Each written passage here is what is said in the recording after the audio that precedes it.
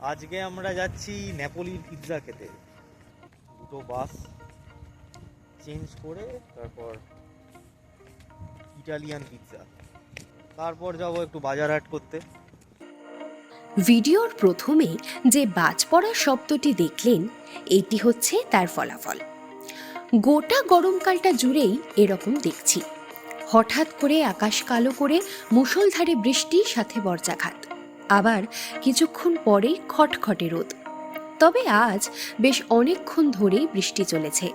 প্রথমে ভাবলাম বেরোনোটা হয়তো ক্যান্সেলই হলো, কিন্তু না, বৃষ্টি একটু থামতেই বাসে চেপে বেরিয়ে পড়লাম পিৎজা অভিযানে।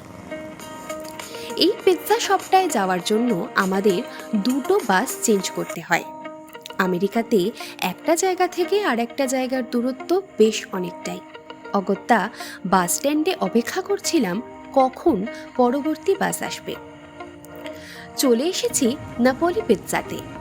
বাস স্ট্যান্ডের একদম পাশেই ছিল পিৎজা শপটি। পিৎজা ছাড়াও বুরিতো, বার্গার, চিকেন উইংস, মিল্কশেক এবং আরও অনেক কিছুই এখানে পাওয়া যাচ্ছে দেখলাম।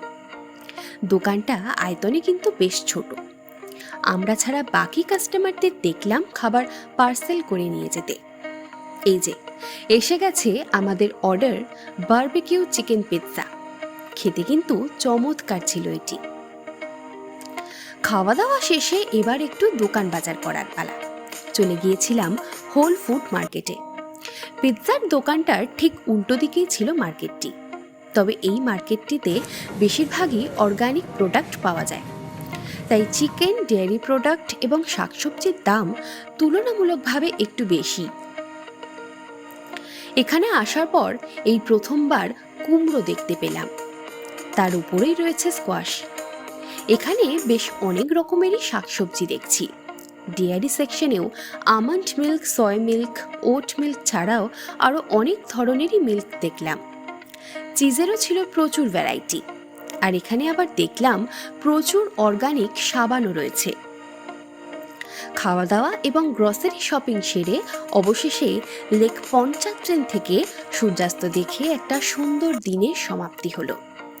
আমাদের সবারই এইরকম একটা পছন্দের জায়গা থাকে, যেখানে গিয়ে সন্ধ্যের কিছুটা সময় চুপচাপ বসে থাকতে ইচ্ছে করে।